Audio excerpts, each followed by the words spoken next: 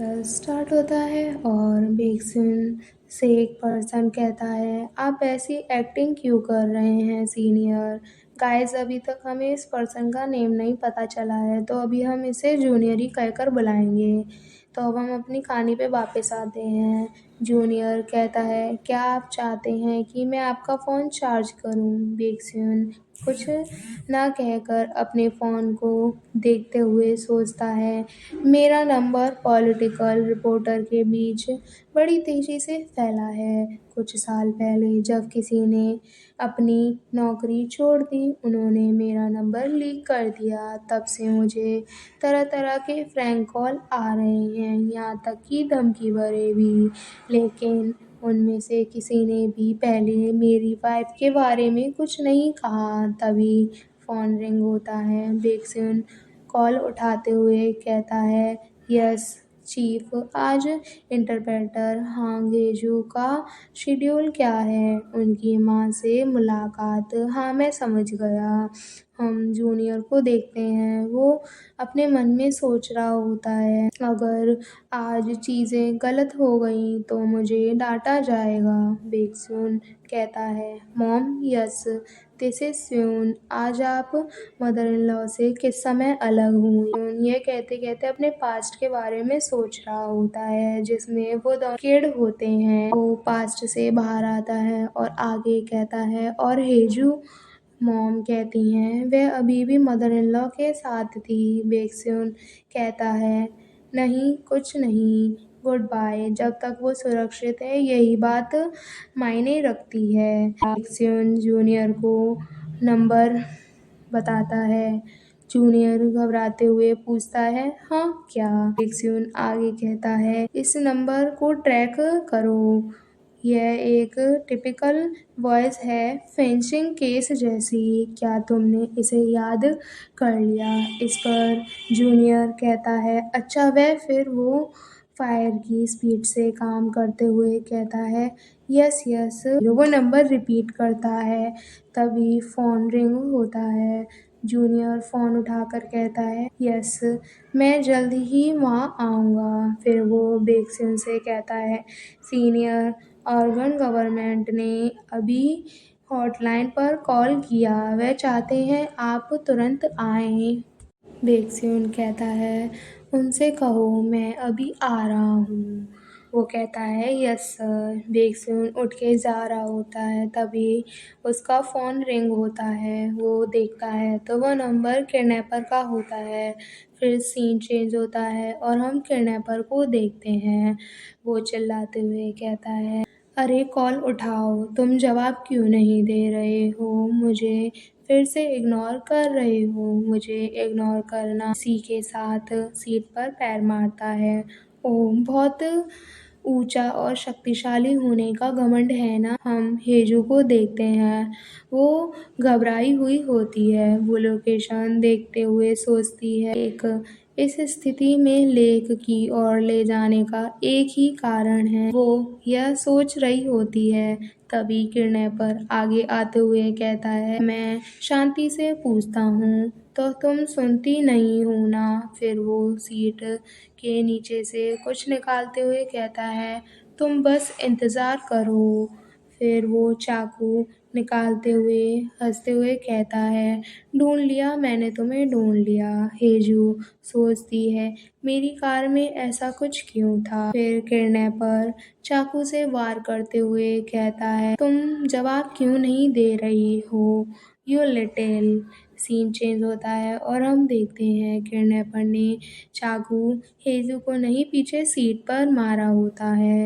हेजू अपने फेस को टच करते हुए कहती है, मैं जिंदा हूँ। वो आगे कहती है, भले ही वो अनाड़ी लगता हो पर वो वॉयलेंट और डेंजरस है, वह अचानक ही मुझे चाकू मार सकता है, बस फ़ोन उठाओ। किडनैपर कहता है, ओ सिस, मुझसे एक गलती हो गई, मेरी गलती, मैं भूल गया, मुझे अपनी आवाज़ बदलनी चाहिए थी।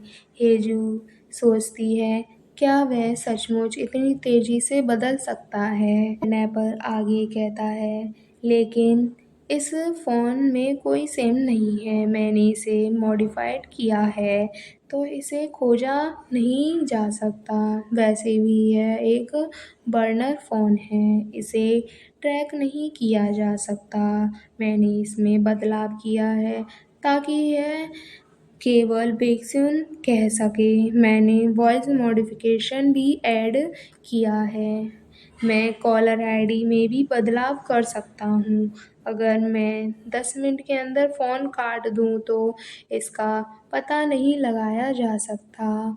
हेजू मन में सोचती है, मेरे हिसाब से बहुत अधिक सावधानी से हॉस्टेज सिचुएशन प्लान की गई है। किडनैपर कहता है, एक्शन से कुछ सुनना है। हेजू सोचती है, क्या उसे सचमुच कुछ सुनने की ज़रूरत है? किडनैपर कहता है, उठाओ बेक्सिन कॉल उठाओ। हेजू सोचती है, इस बार तो मैं सचमुच मारी जाऊंगी। क्या होगा अगर मैं कार सड़क से हटा दूं, कहीं पर टकरा जाऊं और बच निकलूं। मुझे बस किसी तरह से यहाँ से निकलना है। फिर अगर कोई ट्रैफिक एक्सीडेंट की रिपोर्ट करता है तो यह कहते ही उसने कार का स्टीयर घुमा दिया होता है। हेजू के अचानक से कार घुमाने की वजह से उन दोनों को झटका लगता है और इसी के साथ किडनैपर के हाथ से फ़ोन गिर जाता है। किडनैपर हेजू के बाल खींचते हुए कहता है, शिट, क्या तुम पागल हो गई हो? हेजू कहती है, ओ इसका कोई मतलब नहीं है, बेक्सिन बातचीत नहीं करेगा। किडनैपर कहता है, क्या तुम उसकी वाइफ नहीं हो? क्या तुम उसकी एकमात्र फैमिली नहीं हो? हेजू सोचती है, फैमिली, ओ फैमिली, क्या उसने कॉल उठाया? फ़ोन से आवाज़ आती है, जितना अधिक मैं इसके बारे में सोचता हूँ उतनी ही अधिक गंदा महसूस करता हूँ। मैं बस आपकी आवाज़ फिर से सुनना चाहता था। किडनैपर नीचे से फ़ोन उठाकर हंसते हुए कहता है, क्या मुझे खेद है? मुझे क्या करना चाहिए? मेरी आवाज़ कुछ इस तरह है। मैंने अपनी आवाज़ पर कॉन्डोम लगा लिया है। क्या तुम्हें अच्छा लगता है? किडनैपर हेजू को पूछता है, क्या तुम भी गाना चाहती हो? एक गाना? हेजू सोचती है, क्या यह सचमुच चेंज हो गया? आवाज़ अजीब है। किडनैपर फिर बेक्सिन से कहता है, हेलो बेक्सिन, तुम जानते हो क्या हमें पैसे से शुरुआत करें? तुम अपनी वाइफ की फिरौती के लिए कितने पे करोगे? बेक्सिन कहता है, मैं अपनी सांस वेस्ट नहीं करूँगा। तो कोर्ट में मिलते हैं। किडनैपर कहता है, क्या तुमने मुझे सुना? आपकी वाइफ कोई फिरौती नहीं है। जब लाश दिखे तो मुझे फ़ोन करना। तेजू ये सुनकर अपने आप को एक अजीब स्थिति में फील करती है। किडनैपर कहता है, उसने कॉल काट दिया। फिर वो हैरान होकर हेजू की तरफ देखता है। हेजू गुस्से से कह रही होती है, क्या तुमने सुना? यह रूड व बास्टर्ड कॉल करो। रेडियो से आवाज़ आती है, मार्ग की पुनः गति। हेजू कहती है, ओ मैंने कहा दोबारा कॉल करो। 20 मिलियन वॉन वह मेरी फिरौती है, नहीं उसके नाम के जितनी कीमत। फिर वो पास्ट के बारे में सोचती है। ब्लू हाउस का स्पोकर पर्सन मेरा हस्बैंड बेक्सिन एक कोल्ड और उदासीन व्यक्ति है। उसने कभी भी मुझे अपनी वाइफ नहीं माना, यहाँ तक कि अपनी फैमिली भी नहीं। फिर हम हेजू और बेक्सिन को यंग रूप में देखते हैं। स्टेप मॉम कह रही होती हैं, क्या ऐसा इसलिए है क्योंकि मैं संक्यूंग डेली के रिलेटेड नहीं हूँ? मैं यंग हूँ। यह मेरी बहन की स्थिति है क्योंकि मैं उसकी रियल फियांसे नहीं हूँ। हेजू मन में सोचती है, मेरी फीलिंग जो उसकी कोल्डनेस के कारण बढ़ नहीं सकी और वह बहुत पहले ही ख़त्म हो गई। उसी लाइन के बारे में सोचती है, जब लाश दिखे तो मुझे कॉल करना। पास्ट से बाहर आती है और मन में कहती है मुझे यकीन है उसने ऐसा कहा होगा।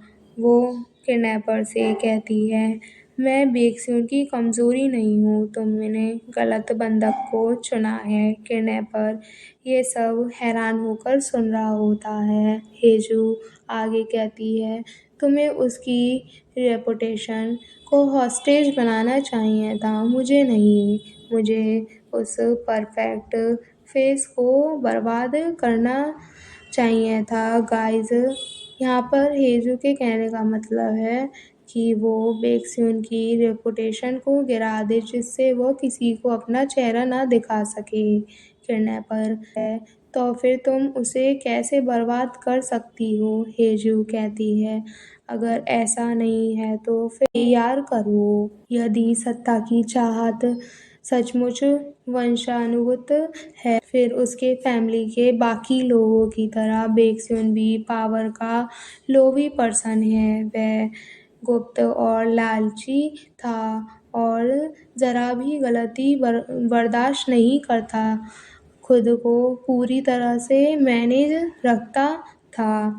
ऐसा इसलिए हुआ वह पिछले 5 सालों से बिना किसी घोटाले के ब्लू हाउस का चेहरा बने हुए है। फिर वो सोचती है ऐसा किसी व्यक्ति को परेशान करने का तरीका है। किडनैपर कहता है लेकिन हेजू क्या आप मेरी मदद कर रहे हैं? क्यों? हेजू पूछती है क्या आवाज़ सचमुच बदल गई है? किडनैपर कहता है यस, अगर हम दोनों बारी बारी से बात करें तो भी उन्हें कुछ पता नहीं चलेगा। हेजू मन में कहती है मैंने किनारे में रहकर जीवन जिया है, चुप रही और कुछ भी नहीं किया जैसा मुझे कहा गया था। क्यों इस तरह से ट्रीट करते हैं मेरे ससुराल वाले, मेरा अपना परिवार, बेक्सिन सब। फिर वो एक्सीलेटर प्रेस करते हुए कहती है मैं इन सब से परेशान हूँ। हम किडनैपर को देखते हैं वो कॉल लगा रहा होता है। हेजू कहती है स्टॉप इट यू बास्टर्ड, यदि आप पूरे देश के सामने अपमानित नहीं होना चाहते तो सुनिए। वो मन में कहती है यह पहली बार है कि बेक्सिन के सामने मैंने अपनी आवाज़ उठाई उसे धमकाने के लिए। फोन से आवाज़ आती है ओ सीनियर एक सेकेंड रुकिए, मैंने गलत बटन प्रेस कर दिया। बेक्सिन कहता है फोन रख दो, यह सिर्फ एक बेकार का वॉइस चेंजर है। जूनियर कहता है लेकिन ये आवाज़ सचमुच अजीब लगती है। तेजू यहाँ पर किडनैपर बन के बात करते हुए कहती है स्पूकर पर्सन बेक्सिन तुम्हें इसका रिग्रेट होगा। हम देखते हैं फोन जूनियर के पास होता है। बेक्सिन पीछे मुड़कर देखता है। हेजू आगे कहती है क्योंकि मैं जा रहा हूँ आपके प्राइवेट अफेयर्स को एक्सपोज करने। और इसी के साथ हमारा चैप्टर खत्म हो जाता है। अगर आपको एक्सप्लेनेशन अच्छी लगी हो तो प्लीज़ लाइक एंड सब्सक्राइब जरूर करना।